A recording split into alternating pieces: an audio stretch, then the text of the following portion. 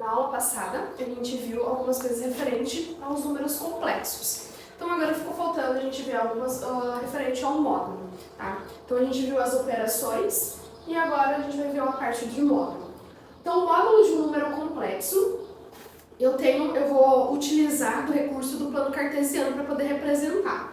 Então no plano cartesiano, como que eu represento?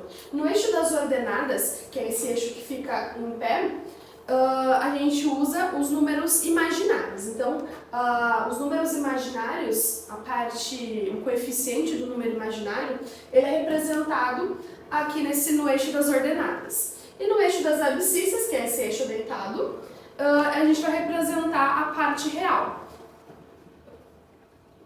Então, eu tendo aqui o eixo das ordenadas, tendo essa distância de 0 até o ponto, e tenho essa distância de 0 até o ponto dos números imaginários, representado ali por B.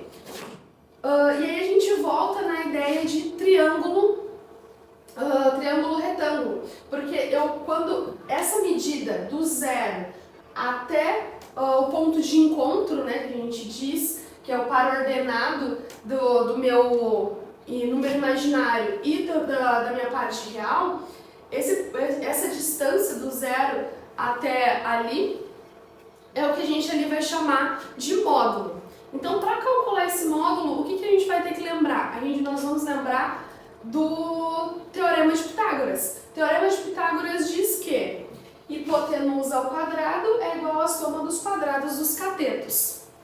Então, a gente está representando aqui Z módulo como sendo então a minha hipotenusa, e eu tenho que essa medida aqui, que é do meu número imaginário, ao quadrado vai ser igual à soma, vai ser ao quadrado mais o outro cateto, que é do número real.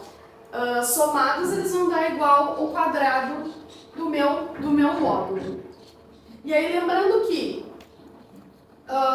o oposto de potência é raiz, por isso então eu tenho aquela fórmula ali, que seria o A ao quadrado mais o B ao quadrado, o resultado deles eu tiro a raiz, e aí então eu tenho o meu módulo desse meu número complexo. Ainda pensando nessa ideia dos números complexos, né, eu tenho aqui, então a gente vai começar então a pensar na representação dele trigonométrica. Então, para começar a pensar, a gente vai relembrar que, para mim representar um seno de um triângulo, eu tenho o cateto oposto dividido pela hipotenusa. E quando eu tenho cosseno, eu tenho o cateto adjacente pela hipotenusa. Então, essas são algumas coisas que nós vamos precisar lembrar. Então, eu vou usar aqui esse ângulo tetra, e aí eu vou, então, usar essa representação, essa ideia, para poder fazer, então, a representação numérica, fracionária daqui. Então, eu tenho que o ângulo tetra, o cateto oposto a ele, eu tenho que é o meu B, então, seno B, sobre a hipotenusa. A minha hipotenusa é o meu módulo do meu triângulo, ou dos meus números complexos, que aqui está sendo representado por P. E aí, se eu quero cosseno, é o cateto adjacente. Então, se eu tenho aqui a hipotenusa, o cateto oposto é o que fica na frente ao meu ângulo tetra. Então, o adjacente é o que sobrou. Então, o cateto adjacente A sobre a hipotenusa, também representado por P. Então, eu tenho aqui as minhas representações. Algo que é importante de lembrar, que foi dito nas aulas de ciclo trigonométrico, para quem não lembra, volta na parte lá de ciclo trigonométrico, porque aqui eu vou passar um pouquinho mais rápido, tá? Então, aqui são as representações de cada quadrante. Então, se eu tenho a parte real e a parte imaginária positiva, então ele vai estar ali representado no primeiro quadrante. Se eu tenho a parte real negativa e a parte imaginária positiva, vai estar ali representado no segundo quadrante. Se eu tenho a minha parte imaginária negativa e a minha parte real também negativa, vai estar ali representado no terceiro. E no quarto quadrante eu tenho se a minha parte imaginária for negativa e o meu número real ele for positivo. Então isso daqui ele vai nos auxiliar para identificar o ângulo, no caso o ângulo tetra, né, em cada um dos eixos, tá? Porque aí essa abertura do ângulo é o que a gente vai usar para simbolizar, para representar o meu ângulo, a minha angulação do ângulo tetra.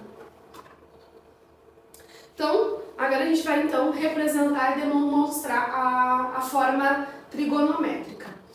Então, lembrando que eu tenho esses argumentos. E aí o que eu fiz nesses argumentos? Eu isolei o P, que é o módulo, né?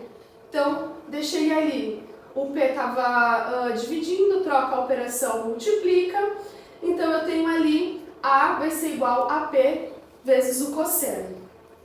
E ali eu tenho, o P estava dividindo, troca a operação, multiplica.